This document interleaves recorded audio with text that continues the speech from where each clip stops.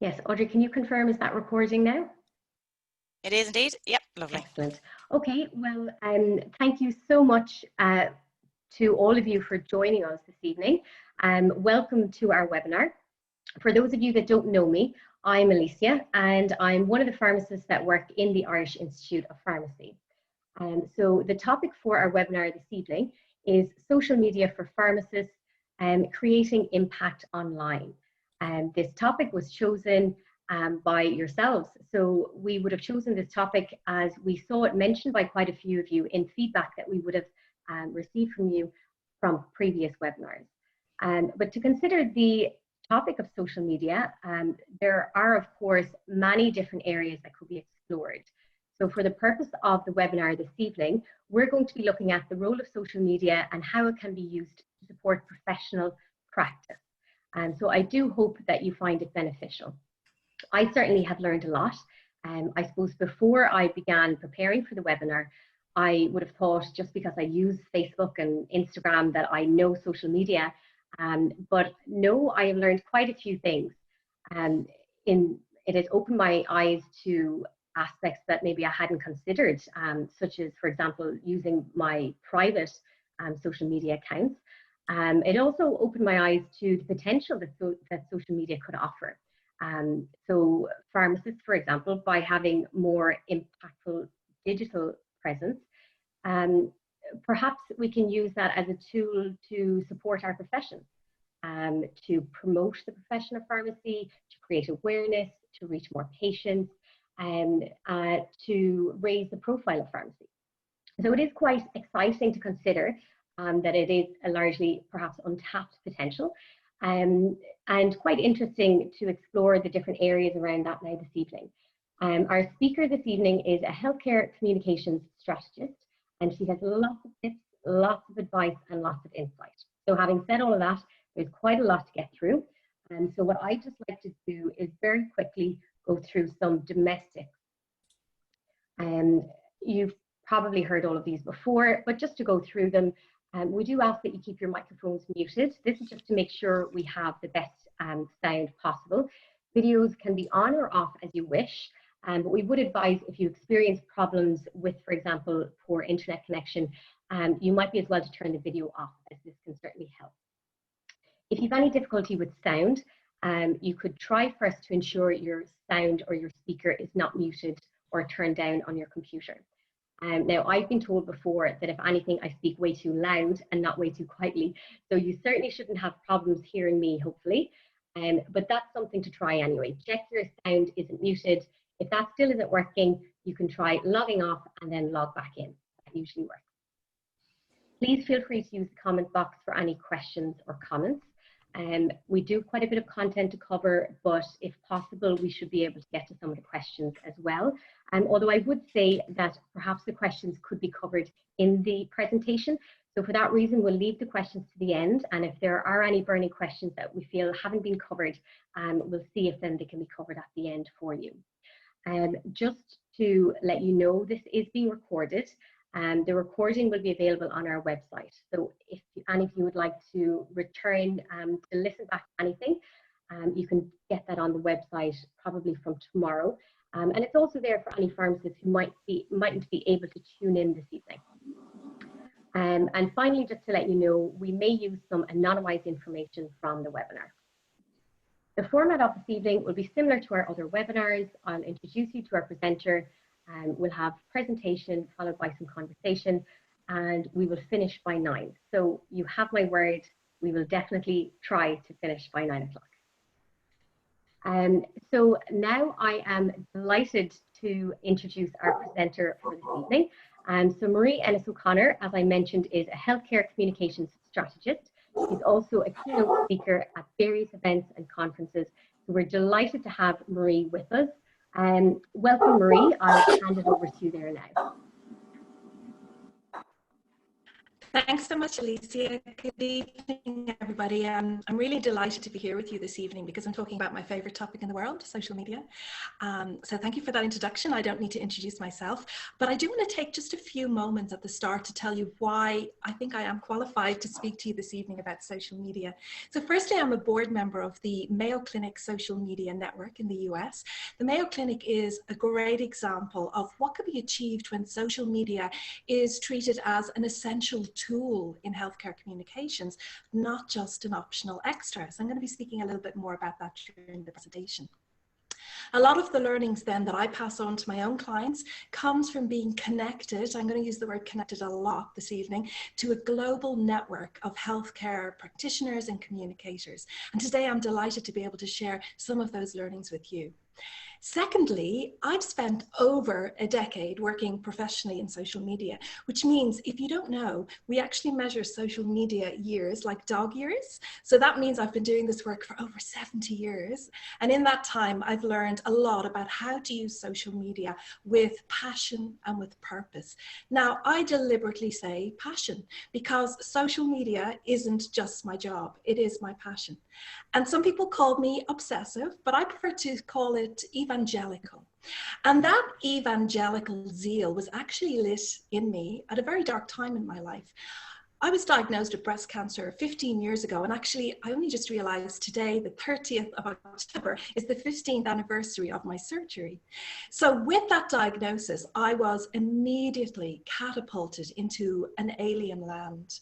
I had to learn a whole new medical language. I had to make treatment decisions that were going to affect the rest of my life. I had to learn how to cope with the side effects of that treatment. And to do all that, I also had to turn online to really be able to connect and to find the information and support that I wasn't able to find in person. So social media isn't just a job for me.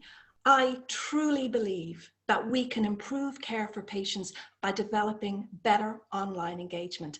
And I've made it my mission and my passion in life to do that. So I'm going to switch to my slides now, and bearing in mind what Alicia said, I may need to switch off my video, but we'll just see how it goes.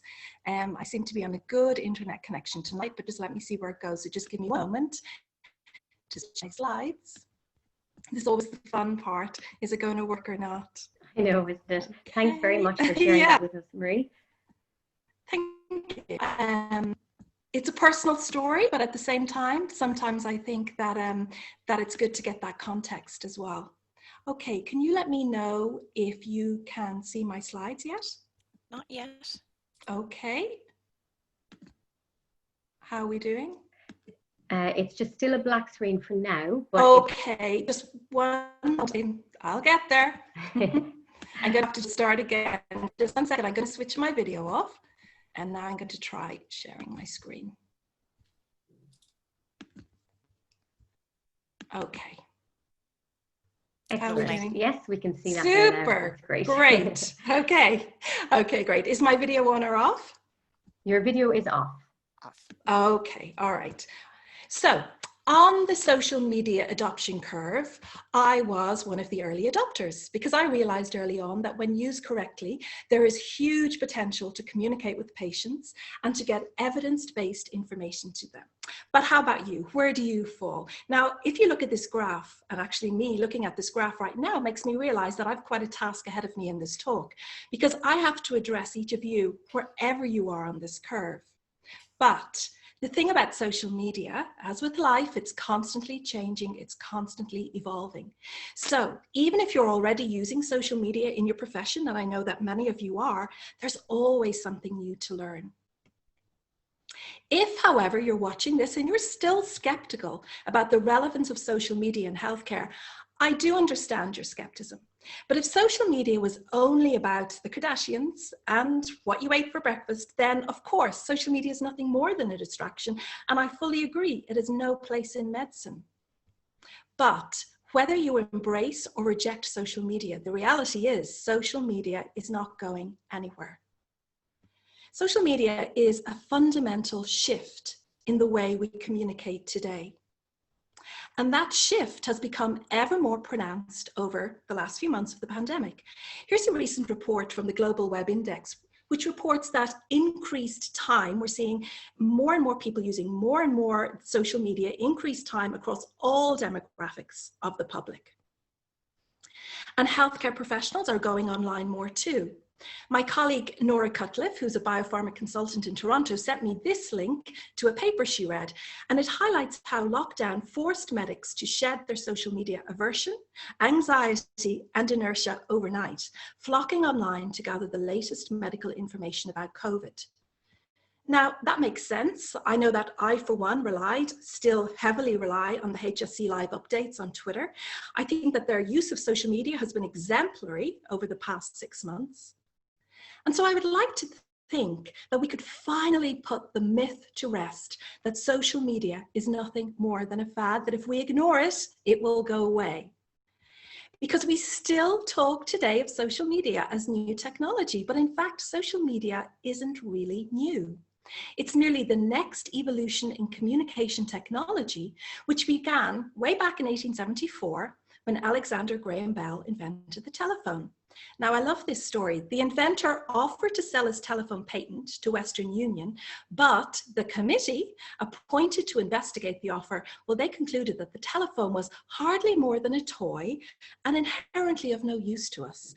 That reminds me a lot of what I hear about social media.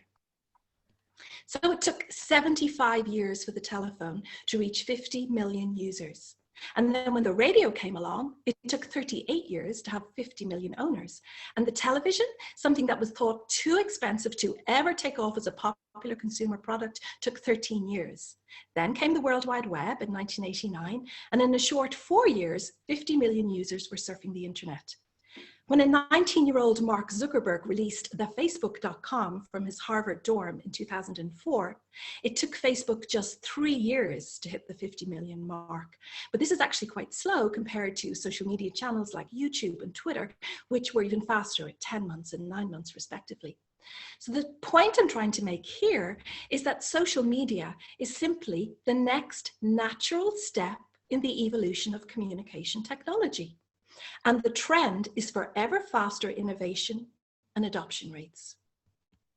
Today, nearly half of the world's population are active on social media. With currently over 3.8 billion active social media users globally, social media's influence has still not reached its peak.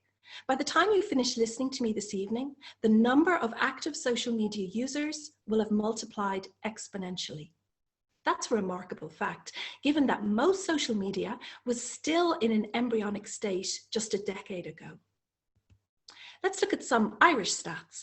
87% of the Irish population are internet users, and of that percentage, 65% are active on social media.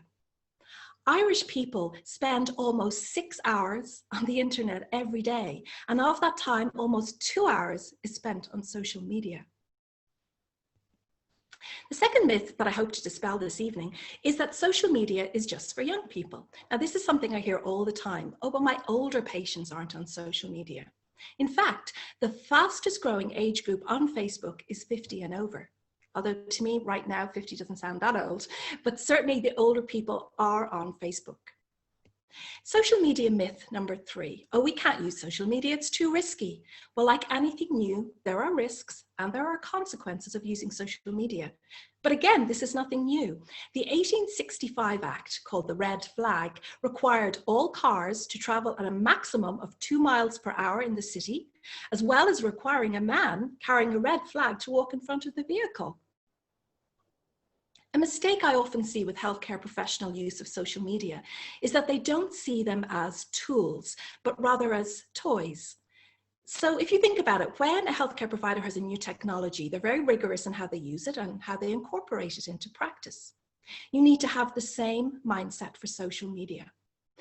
When you introduce any new technology in practice, what do? You spend time getting to know how it works, you train your staff on how to use it correctly, and you need to have the same mindset for using social media in your practice. So when we talk about risk, I like to quote my colleague, Dr. Faris Tamimi, who's the medical director of the Mayo Clinic Social Media Network, that the biggest risk in healthcare social media is actually not participating in the conversation.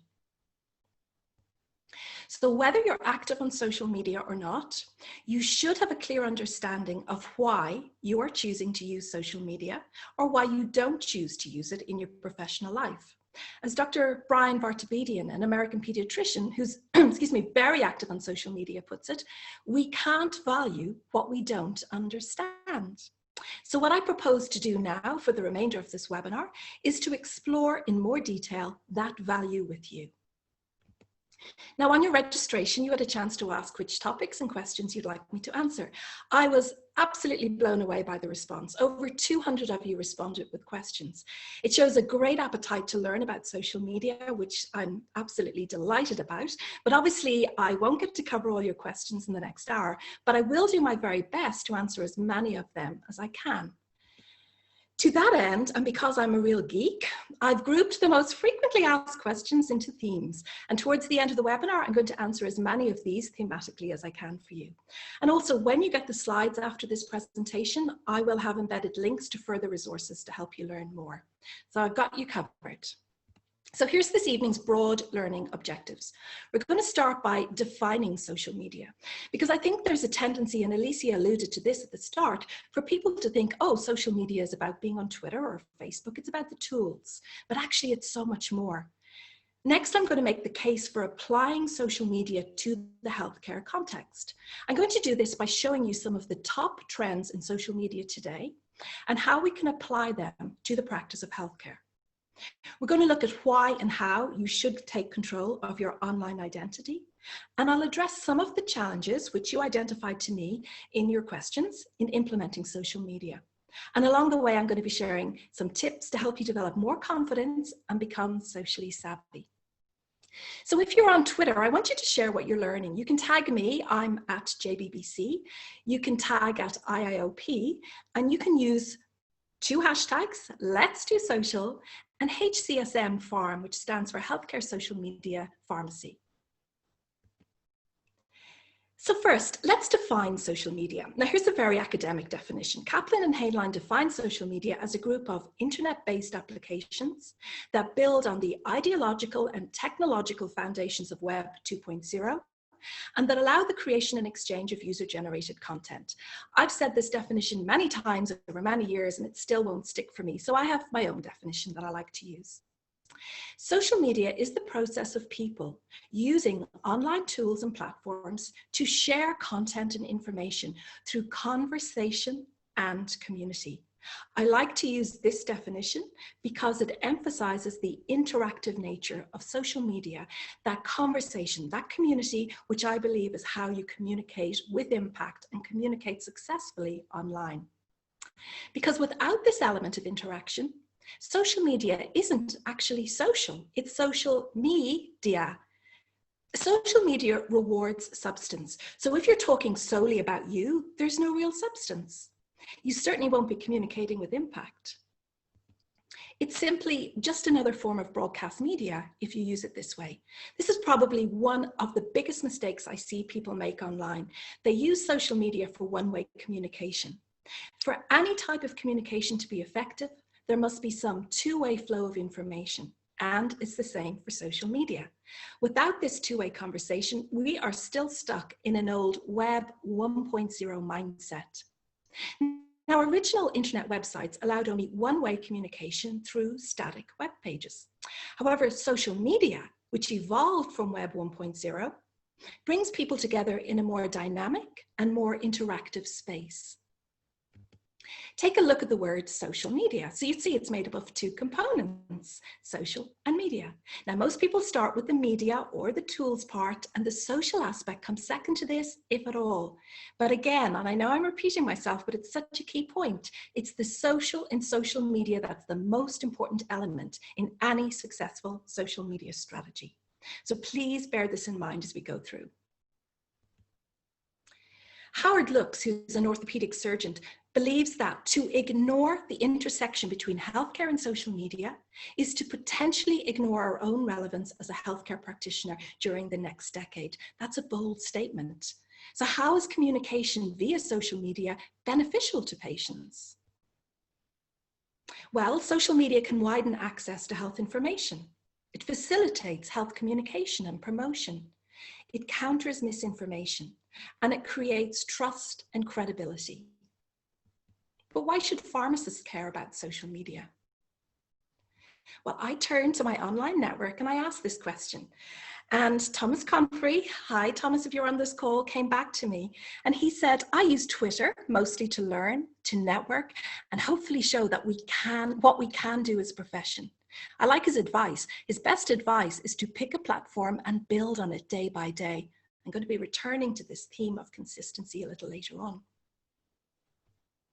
Okay, so we're ready to dive in deeper to the social media waters. Let's start by exploring some of the key trends that I mentioned. These are the trends that I'm seeing in healthcare social media today. The first of these is the rise of the e-patient. So understanding starts with the patient. Understanding social media starts with that patient because the digital age is collapsing the boundary fences around previously closed information domains, such as medicine. This has given rise to this new breed of patient, which is often called the e-patient.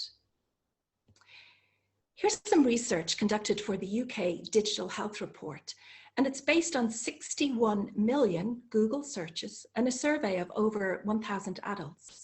And it found that on average, we are more likely to Google our symptoms before consulting our partner, our family, or friends, or even consulting a GP or a pharmacist. This is even more true for the millennial generation, who have grown up with technology at their fingertips. Millennials are driven by information. It's how they make their buying decisions. It's how they make decisions about their healthcare. And unlike previous generations, millennials don't rely on a strong relationship with their doctor. They're the first of a technologically savvy generation of health seekers, closely followed by Generation Z. So this is our new patient of the future. Now I know that not everyone is happy with all this Googling of symptoms. However, a key point here is that this is not just about self-diagnosis. A study published in the Journal of Family Practice reported that 80% of patients go online post-visit because they need more information. It's disheartening for me to see that there was actually a few years ago an ad campaign in Belgium aimed at discouraging the public from Googling their symptoms. When I first started working in healthcare social media, it wasn't unusual for healthcare practitioners to say to me, oh, that's all well and good, but how do I stop my patients Googling their symptoms? But the real question isn't how to make patients stop, but how can you start to use the internet, to use social media better, and to become the trusted voice that patients turn to online. Hand-wringing about the dangers of social media is about as productive as debating gravity. We can't turn back the tide of patients searching for health information. 1 in every 20 Google searches every day is health-related. But access to information comes at a price. The ever-increasing deluge of digitized health information can leave patients feeling overwhelmed, confused, and at risk of finding unreliable sources of information online. Here's some more research for you. This research was published in a digital health report by telemedicine platform Push Doctor in the UK, and it showed that yes, people are concerned about the volume of confusing and contradictory information which exists online. Fake news is not only a problem in politics. Misinformation online is a huge problem, as we know, in healthcare. A study conducted by Oxford University recently showed that content from less reputable sources gets shared 4 times more than content from reputable news outlets across Facebook. Now, Facebook are attempting to address that, and hopefully we will see more efforts by them to do this. We certainly see this a lot in vaccination scare stories, and I'm afraid we're going to be seeing this even more in advance of a COVID vaccine. These people are already actively using social media, and the health community needs to be equally present. If you don't enter this space, you risk leaving it open to those who don't have patients' best interests at heart. So the bottom line, you do need to be equally present. In other words, the solution to pollution is dilution. Indeed, some professionals now think that healthcare professionals have a moral obligation to create educational content to be shared across social media that will help accurately inform the public about health-related issues and mitigate the flow of misleading information. Again, my colleague, Dr. Tamimi, goes so far as to say that this isn't an addition to your job, this is part of your job. This is where our patients are these days, and this is where we need to reach them. The second social media trend that I'm seeing very topically is COVID and healthcare consumerism. So I've been watching this space with great interest. And an interesting study came out, the impact of COVID on healthcare consumerism, and it found that during times of uncertainty, consumers turn to brands and institutions they feel they can trust. And for consumers right now, the most trustworthy institutions are in the healthcare field. And within the healthcare field, pharmacists run a very close second to nurses in public approval ratings. So let's capitalize on this trust. Do so by communicating clearly with patients and often, providing information and guidance consistently, and doing so by increasing your ability to do it online. So that's trend number 1 and 2, and trend number 3 is business marketing. Now, marketing isn't well known or understood in the public health community, in part because it's rarely taught in public health or medical schools, but the time has come to increase our awareness, our training, and our application of health marketing strategies and principles. I came across an article recently in the Irish Pharmacy News, and these quotes stood out for me. A lasting legacy of the pandemic will be a change in customer expectations and an increased reliance on digital services. We saw firsthand how people took to more online shopping with the spike in our website sales during lockdown. Now, marketing your business online is a huge topic, and unfortunately, I don't have time to go into it in any great detail now, but I just wanted to highlight this as a key trend and to say that a lot of the principles I'm discussing with you, like communication and conversation, well, they're all highly applicable to marketing online because it's all about communication. It's not about selling. Okay, moving on to key trend number 4, establishing your own personal learning network. Some of the greatest value that I see is when professionals form communities of peer learning online. I like this quote from Louisa Power. A shout out to Louisa if you've tuned in. As a pharmacist who works in a non-traditional role, social media opened a whole new world for me. Social media allows me to connect with pharmacy and non-pharmacy professionals that I would never have met in real life. There are no geographic borders, which allows for the sharing of learning and information across the globe. The support and encouragement that I've personally received from colleagues and connections on social media has really helped me to remain positive, even on the worst days of my career. Louisa, that is such a great endorsement of social media. I love that. I feel like framing that. Social media allows an individual to participate in a richer community. Living in a network society means that as people, we're connected with, but we're connected with people that are no longer just geographically close to us, they're also in this digital space. Now, it's not just patients that are overwhelmed with information. The sheer volume of new medical knowledge and publications makes it nearly impossible to keep up to date with everything. Did you know that there are an estimated 6,000 papers published every day, medical papers, at present? So keeping up with recent and relevant advances in medicine is an enormous challenge. But using something like Twitter as your personal learning network can help with this challenge. The other way that you can use Twitter is to tweet from conferences, and a lot of these conferences are online now, and we have the hashtags. And did you know that the very first Twitter hashtag was prompted by a conference, a Barcamp conference? So it should come as no surprise that hashtags are super useful for disseminating knowledge presented at conferences and meetings and events. And just a quick example here from something that I looked up on Twitter, and I saw the conference emerge. So this is like a rich seam of information, and it's literally accessible to you by going into Twitter and just looking up the hashtag. And so you can really get the learning from that, but you can also communicate. You can also talk to people that are speaking at the conference, and you can really start building your network. Now, if you want to learn more, if you're new to how to tweet the meeting, this is just a screenshot from what I'll be sending you when you have your handouts. There'll be an embedded link on this, so you can go straight to that. It's an article I have on tweeting the meeting. The other thing about social media, if you start to get really creative around it, is you can actually use it for CPD. Now, this is an example from the We Nurses tweet chat in the UK, and they are using tweet chats for CPD. Now, I believe that there was an Irish-specific pharmacy chat at one time, but it's gone now. But I just want to highlight that you can actually use something like that for CPD. Indeed, taking it a step further, Mayo Clinic has led the way by actually integrating social media performance into its criteria for academic advancement. And this is based on Mayo's recognition of the increasing importance of social media for patient care and engagement, outreach, research, and medical education. The fifth trend that I want to speak to you about is research collaboration and dissemination.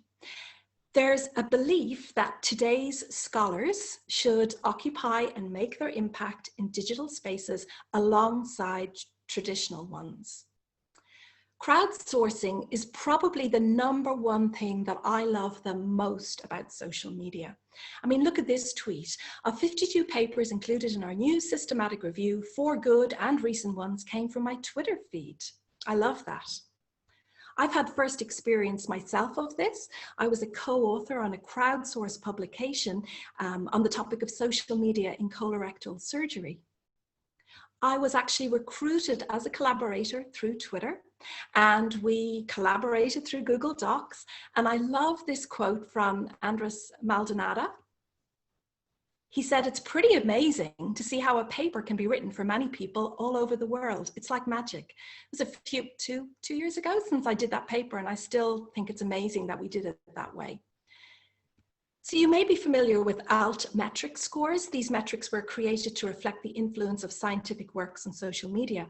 They include, for example, how many times a paper has been seen in a web space, downloaded, referenced in blogs, or in social media like Twitter or Facebook. So I decided to go and look at the current Altmetrics score for our social media paper, and I'm pretty impressed. It's 172. That's driven by our network connections. It's still making an impact online. Social media facilitates the rapid dissemination of research findings and the spreading of knowledge.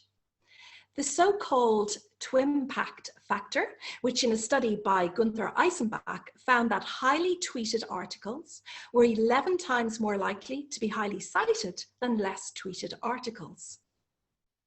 So again, looking at the Altmetrics for the paper that I was involved with, so far 35 publications cited the research output. So I think that's pretty impressive. Now, I know I did quite a whistle-stop tour there, so I'm actually going to pause for a second to take a sip of water, and I'm going to ask Alicia or Audrey to let me know if any burning questions have come in before I go to the final part of this conversation, which is to answer your questions. Thanks very much for that, Marie. No, as far as I can see, there's no questions to be answered yet. Now, everyone's busy tweeting. I was going to say, I don't know if that's a good thing or a bad thing. If anyone does have any burning questions, feel free to use the chat box. But I'd imagine even in the next part of your presentation, a lot of those questions could be answered. But definitely feel free to use the chat box if you have any questions or comments. Yes, super. So I see that I've got enough time. I kind of went very fast through that introduction, but I know that a lot of people will be really interested in getting some questions answered. So let's move to these now. Okay, so theming the questions, the first theme that I came up with was time. So some of your responses, I'm spending too much time on social media. How do I find time to post? How do you manage your time? Am I wasting my time on social media? So the thing about time, what makes social media such a powerful tool is that it's free. But the biggest it is free in a lot of ways, but it's actually not free when it comes to your time. So probably the biggest investment you'll make in social media is the time that you're going to devote to it. Time is an investment. So you want to be sure that you're spending your time wisely. And the first step is that you need to get really crystal clear on why you're using social media. It's always surprising to me how many people have never actually stopped to think about why they're using social media.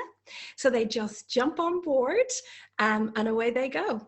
When I sit down with a new client, one of the first questions I ask them is, why do you want to use social media?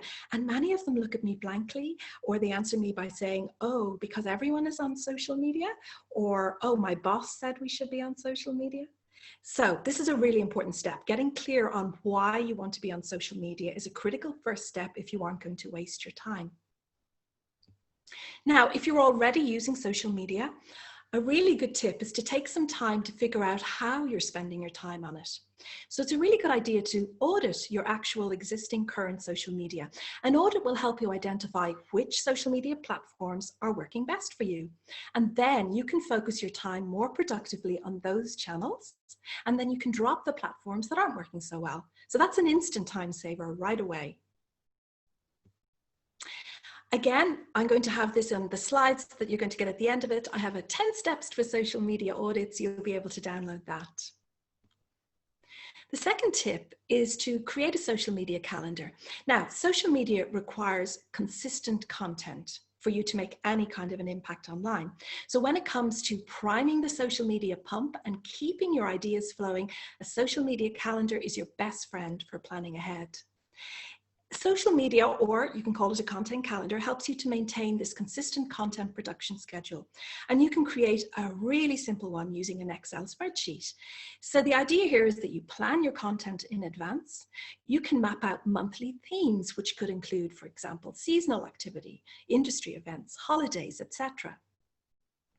So when you've done that, go to a scheduling tool. So Twitter and Facebook, you can actually schedule your tweets to go natively, so you don't need to get a third-party tool. But if you do need a third-party tool for something like Instagram, you can have one called Hootsuite. There's another one called Buffer. There's a really excellent one called Sprout Social, but it's pretty expensive. I use it, but I use it because I'm managing multiple clients. So most people don't actually need that. Even just Twitter and Facebook natively scheduling is perfect. So you use your scheduling in conjunction with your calendar. Literally, you can input your calendar into a tool saving tons of time. And you can then just perhaps set aside one morning a week and schedule updates for the week ahead, or even 1 month ahead. That really saves you a lot of time.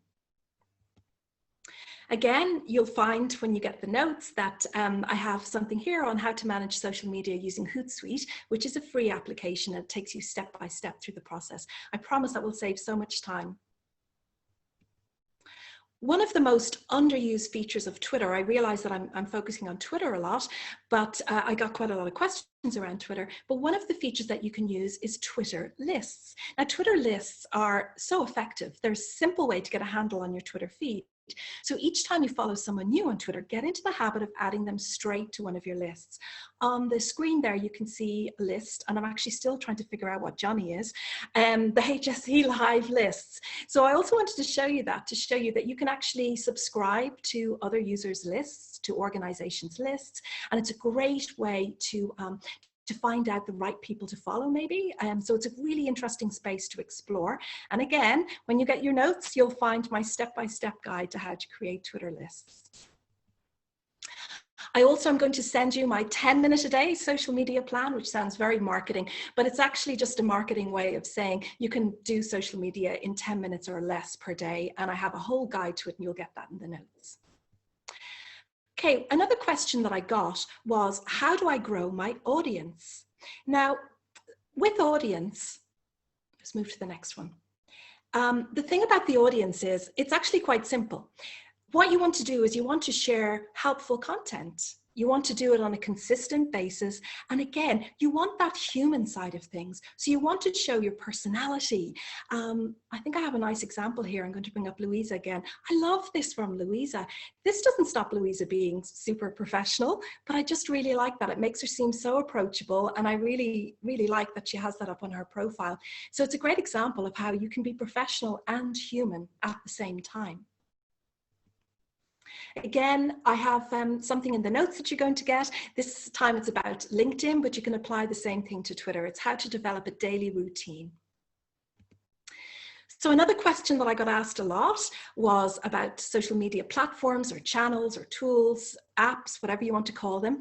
Somebody said, I'm tempted to add further platforms and apps. And somebody else asked, what are the best platforms to use to reach different demographics? This is probably the #1 question that I get asked all the time. So too many people jump on board, as I've said, with social media without any kind of a plan. And without a plan, it's easy to lose your focus and then either get overwhelmed by the sheer amount of tools out there and not know where to start, or alternatively, get distracted by every shiny new platform that comes along and jump on them all. So again, it's about getting very clear about why you're on social media. So when it comes to platforms, you can go to, there's existing data to show where different demographics are on. So you can go and have a look at that. But really what you need to do is fish where the fish are. So find out, where are the target audience that you want to communicate with? Where are they? With peer-to-peers or with other healthcare professionals, I can tell you right now, it's on Twitter and LinkedIn. So that's why I focused on it a lot. So be there. You don't need to be everywhere. It's important, especially if your resources are limited, that you're focusing your efforts in places that will generate the most return for your efforts. So don't spread yourself too thin. Focus on, as Thomas said at the very start, 1 or 2 platforms. Fish where the fish are. Ask yourself, is my target audience active on this platform? And will this platform match the content that I create? So for example, if you do decide you want to go on Instagram, you also need to be able to create really compelling visuals for Instagram. The other thing to know is that it's really useful to know something of the social media user matrix. So for example, if your audience is on Twitter, the likelihood are they are also on Facebook, but that doesn't necessarily work the other way around, as you can see from this graph, but it's about playing around with that a little bit as well. And again, you're going to find in your notes how to choose some questions to ask yourself to help you choose the right social media marketing channel. Okay, so information was something that came up again with a lot of people saying there's too much information. How do I filter the amount of information I receive? How do I filter what's most relevant? How do I find scientifically accurate or evidence-based information? These are all great questions, but I think that the answer to this, it's less about that there's too much information. It's more about you need to be able to get better at filtering the information. So some ideas, as I mentioned already, follow key accounts on Twitter, curate those Twitter lists, follow medical journals. There are plenty of them on Twitter. Join Twitter chats, relevant ones, and follow those conference hashtags. So I've already covered quite a bit of this already. The next thing that people asked me the most about was content. So how do I get people's attention with my posts? How do I come up with interesting and engaging topics? I mean, these are very key questions because good content is the cornerstone of a successful social media strategy. And when it comes to creating content, the type of content you create matters. Even on platforms like Twitter, which is perceived as more text than image-based, studies still show that, let's go back there a bit, studies still show that including an image in your tweet significantly increases engagement. I actually just wanted to share this because I just saw how many shares. It had 5.4K likes, 774 retweets, 134 comments for good old Sudocrem. So sometimes it's a case of actually looking and see what creates engagement and think about how you can also create similar engagement too. The other thing is when it comes to creating content, the good news is that quality wins out over quantity. So you can supplement, you don't always have to create original content. You can supplement your content by curating and sharing relevant high quality content from other sources that you trust. And again, you'll find something when you have your notes. I have some more information for you on how to discover what your audience wants to read. So I've already mentioned that visuals attract attention. So go big, go bold, go bright when you create your visuals. And again, you will have notes on how to create graphics, even if you're not a graphic designer. So I love creating graphics, as you can see from my slides. So I have a lot of information coming to you when you get the notes from this. Video, the popularity of video as a visual medium is uncontested. It shows no signs of waning. Video has become the predominant way people want to consume information. and this goes for patients too. YouTube, if you can see, this is actually, YouTube is the most popular platform in Ireland. So video is the most popular thing that people consume in Ireland. And very briefly, I wanted to show you a great example that Alicia or Audrey, I think, mentioned to me. I think this is a great example, the Medication Safety Minute. If you have a look at their website or have a look at their Twitter feed, and you can see great use of video there. Okay. So I want to talk very briefly about professionalism, because social media is wonderful. I can't praise it highly enough. However, it does blur professional boundaries. So people were asking me questions about how do I find the right balance between being professional and being myself? Should I separate my personal and professional profiles? That's a really good question. And should I give medical advice online? Well, I want to talk about your digital footprint really briefly. So your digital footprint is an online record of who you are and what you do online. It's the data you leave behind when you go online. But here's the key thing. It's what you've said, but it's also what others have said about you, where you've been, images you've been tagged in. So you might think you pretty much have a good handle on your digital footprint, but you'd be surprised how much of a footprint excuse me, that you've left behind unbeknownst to you. So I have a 3Ds model for managing your digital footprint: discover, develop, and defend. The first part of this is to discover. So take the Google challenge after this webinar, go onto Google and find out, what does Google say about you? Who are you on Google? Now, very briefly, I just want to show you, this is who Google thinks I am. So why I want to show you this is that the very first thing that comes up about me, and probably you, is LinkedIn. So LinkedIn is really key. The second part is my website. And the third thing that comes up on a search on my name is my Twitter handle. So these are three really key areas that I have to keep maintained and keep good. So that leads me on to the second part of my 3Ds model, develop. I've mentioned LinkedIn. LinkedIn is the cornerstone of your professional brand online. I want to bring Thomas back into the conversation again. He said he encourages his pharmacy interns to join LinkedIn while in college and to build it gradually over the years. It might be worth mentioning this in the webinar. It absolutely is. I want to say one last thing about LinkedIn, and that's, don't just use it as a place to dump your CV. Do more with it, engage with it. And again, I've got something in the notes coming to you about how to optimize your LinkedIn profile. So Twitter, we saw Twitter is also really important. Twitter is social media's gateway drug.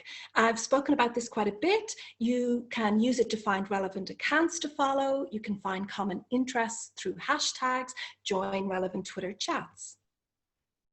Here's a comment I got from a community pharmacist. She said, I've only recently engaged with Twitter, but I find it a fantastic way to hear the latest ideas, and I've come across a few interesting webinars. Pharmacists work long hours and don't get many opportunities to interact with other healthcare professionals outside of work, to share ideas or learnings, and social media can help with that. So that's another good endorsement. Hashtags are the key to Twitter's success. So you can find plenty of pharmacy hashtags. That hashtag pharmacy is probably the most popular.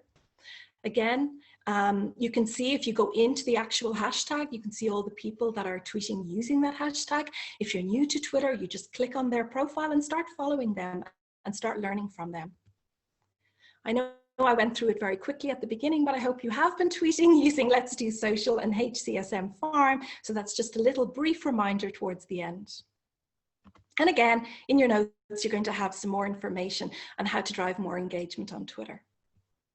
The final part of your digital footprint, managing it, is to defend. So everything online is potentially public forever. So here are some key considerations. Number one, don't, under any circumstances, directly provide medical advice to patients online. Never, under any circumstances. Avoid any discussion of patients, even in general terms. Healthcare professional and patient confidentiality extends to social media. Patient privacy breaches can cause much greater harm when online, given the potential wide reach of social media and the permanency of digital information. Review your privacy settings for each of your social media profiles. However, I have got to stress this. This cannot guarantee confidentiality. Total online anonymity is a myth. I should have written that bigger because it's a key point. It's really important that you develop your own guidelines, your own code of practice. And if you have any staff, train your staff in social media policy and best practice. Mayo Clinic have a 12-word social media policy: don't lie, don't pry, don't cheat, can't delete, don't steal, don't reveal. The final thing I want to leave you with is, somebody brought this up, a few people said, I'm afraid to get involved. How do I develop confidence? I feel shy and I'm afraid I'll say the wrong thing. Well, my answer is, feel the fear and do it anyway. Just step into those waters very gingerly. You can lurk, you can listen, find your mentors. But what I really want to say here is, as a community, support each other, mentor each other, help each other to become better communicators online. So I want to leave you now with a couple of take-home lessons. The first one I want to say is, I want you to fall in love with social media. Now, I don't mean to love the tools, but love the power behind those tools. The power to learn, to connect, to make care better for patients, to amplify your work. And then I want you to make a commitment. Social media is a long-term commitment. So you need to ask yourself if you're ready for that commitment. Like any good relationship, social media will not work if you don't work at it too. But fundamentally, I believe it's a commitment worth making, because we don't have a choice on whether we do social media. That day is gone, that ship has sailed. But the question now is, how well are we going to do it? So, to your social media success, I thank you for listening to me. It's always very difficult when you don't have an interaction from an audience, but I hope you found that useful. As I said, you're very free to contact me afterwards. You will get the notes after this, and there'll be a lot of resources in it. So I think I've managed to come in on time. So I'm going to stop sharing, come back in, take a breath, and see, Alicia, if there are any burning questions. Yes, thanks very much for that, Marie. Wow, so much information. And just to reassure everybody, the recording will be available if you did want to go back on any of that. But also, we'll be sending you the presentation, and Marie is kindly going providing a lot of extra material and a lot of extra links. Now, there were a few questions, but I suppose if you don't mind, what I might do is just share one or two more slides, and then at the end, we'll have a time maybe for some questions. If you want to have a look at the chat box actually yourself, or we can. Oh yeah, perfect. And at least that's then perfect. If people want to stay on and listen, they can. But we can still go by finishing at 9. So I just will share my screen very briefly. Can everybody see my screen there? It can be seen. Yep. Yeah, you're grand. Yep, lovely. Excellent, thanks. So I'm delighted to let you know that for anybody interested in learning more, Marie will actually be returning to us next Thursday, the 8th of October. So we're having our IIOP Peer Support Pharmacist Network training. And as part of this, there is Marie is giving an advanced training webinar. Now, even though it is for our PSP network, there are still a few spots available. If anybody here would like to reserve a spot on that training event, if you could send us an email, just let us know, and then we will be able to sort you out with an invitation to that. Otherwise, Audrey is going to share the link to the survey in the chat box. As always, we do really, really appreciate when you take the time to give us your feedback, just to make sure that we are choosing topics that you think are relevant, and good or bad, we're getting your feedback to make sure that we can improve, or we can hear what you think we are doing well. And this is just a reminder that if any of you, did want to reflect on what impact this might have in your practice and maybe start a CPD cycle.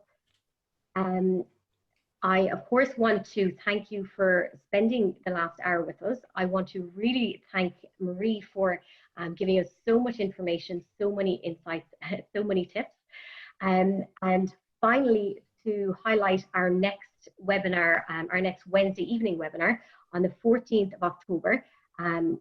The topic which will be discussed is COVID-19, an update on infection control and advances in medicines management for pharmacists. So we are delighted to be joined that evening by, joined by Marie Philbin and Fanula King, who will both be involved in delivering that webinar. So I think we're still a few minutes to 9, so that's great. At least I can say I kept my words that way. And so there were a few questions which I might share with you, Marie. And Yeah. then what we usually do is leave the cameras on for a little while now. And if anybody else has any other questions or comments they want to make, give them the opportunity to do so. So there's some lovely comments coming through thanking you for the presentation and all of the information. Then there's some more information. There's some questions. Oh, yes. So Marie, would you recommend any particular frequency of communications? For example, 3 tweets per day, 1 Facebook post per day? Yeah, this is a question I get asked a lot, and my answer to that is you need to experiment yourself. So if you were to Google and say, how many times should I post? There are lots of surveys out there that say X amount of times on Facebook. I think it's once a day on Facebook, probably between 3 to 5 times a day on Twitter, which will sound like an awful lot to some people, but Twitter moves so fast. And you can use those as a starting point, but I always say this, which is experiment yourself. So start off and do your own experiment and say, I'm going to post once a day on Facebook for this week and see what my engagement rate is like. I'm going to post 3 times a day on Twitter. So you actually have to experiment yourself and find out what works for you, because what works for my audience may not work for your audience. So, that's a 2-part answer. Yes, you can Google, you can find out. The information is absolutely out there with lots of lovely charts and graphs and what you should do. But I think experiment for yourself is the best answer. Excellent. Wow, I'm quite surprised to hear that frequency on Twitter, because I recently became a bit more involved in our Twitter account in the IIOP, and I thought if I tweeted once a day, I was doing really well. So I need to. But if you think about it But Alicia, if you think about it with Twitter, how fast it moves, how many tweets are on somebody's timeline? You could tweet once a day, maybe just a small percentage of your followers might see it. That brings me back, which is slightly tangential, but it brings me back to the issue of the lists. So if any of the listeners, any of the people watching in want to be sure that they don't miss any of Alicia's tweets, they would have their Twitter list. Go into IIOP Twitter to the list and just look, and you can actually see all the tweets that IIOP without having to see everything else on your timeline. So that's the beauty of Twitter lists. Thanks, Marie. And then another question. I think you did touch on this, but I suppose just to get a more definite answer, would you recommend? So the question, I suppose, is how do you reconcile professional activity and personal interest on a single Twitter account?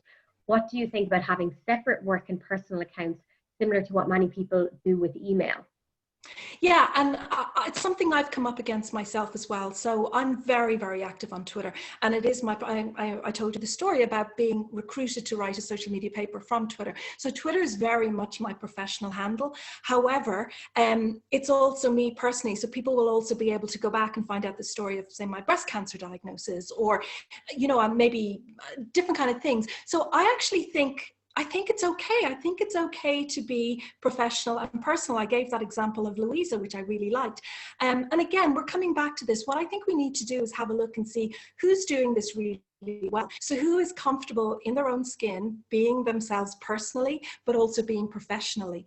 And it comes back, everything's interlinked. So the question about how do I grow more followers? How do I get more people more interested?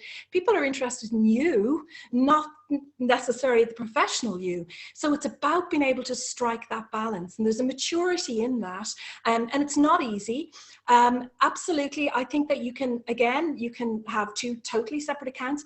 I actually find a lot of people, for me personally, I'll keep my Instagram and my Facebook and Instagram very closed down, and they're for my family and for my close friends. They're not for everybody. However, I'm very conscious that doesn't mean that everybody can't see what I put on it. So if I suddenly decided to, go for a swim naked in the sea, that's there. That's still available. It's available somewhere, no matter how private I think it is. So look, it's a judgment call. You decide. And it's about feeling your way into it. Really, it's about how comfortable you are with social media as well. And it kind of comes with time. I'd invite actually people to comment, maybe on Twitter, and I'm going to bring Louisa and Thomas into this conversation, because they are 2 people that are themselves, but also professional. So perhaps they'd like to comment about how they actually, strike that balance. I think it's a conversation that needs to be had. So there's no right or wrong answer to it. Excellent, thanks. And that brings us dead on 9 o'clock. It does indeed. Now, there was another question there in relation to, quite interesting, so in relation to the professional responsibility to drive one's professional judgment from the evidence base with the use of social media to access evidence. So rather than accessing one's evidence in a structured, comprehensive manner by literature review of the conventional peer-reviewed journals, reports, guidelines from statutory body. So I suppose what I would interpret from this is usually, you know, pharmacists, whatever, we do have a professional responsibility in the way that we would glean our information to be able to then give advice to patients.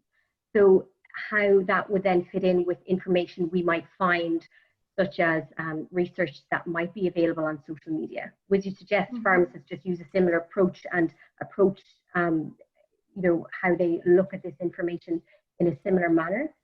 Absolutely. Yeah, no, absolutely. And again, it comes back to the people that you connect. Who is your network online? So if you are following the journals, if you are following the, you know, the peer-reviewed journals, if you're following the accounts of the people that you know are apps. I have my go-to people, particularly so the area that I'm most interested in is breast cancer, and I have my go-to people. I have my go-to oncologists. I have my go-to radiographers, radiologists, who I can say I've just come across this tweet or this paper, and they will contextualize it for me. So it's about building that network online and having them be the filter. It goes back to what I was saying. It's the filter. If you get your filter right, you don't have to worry.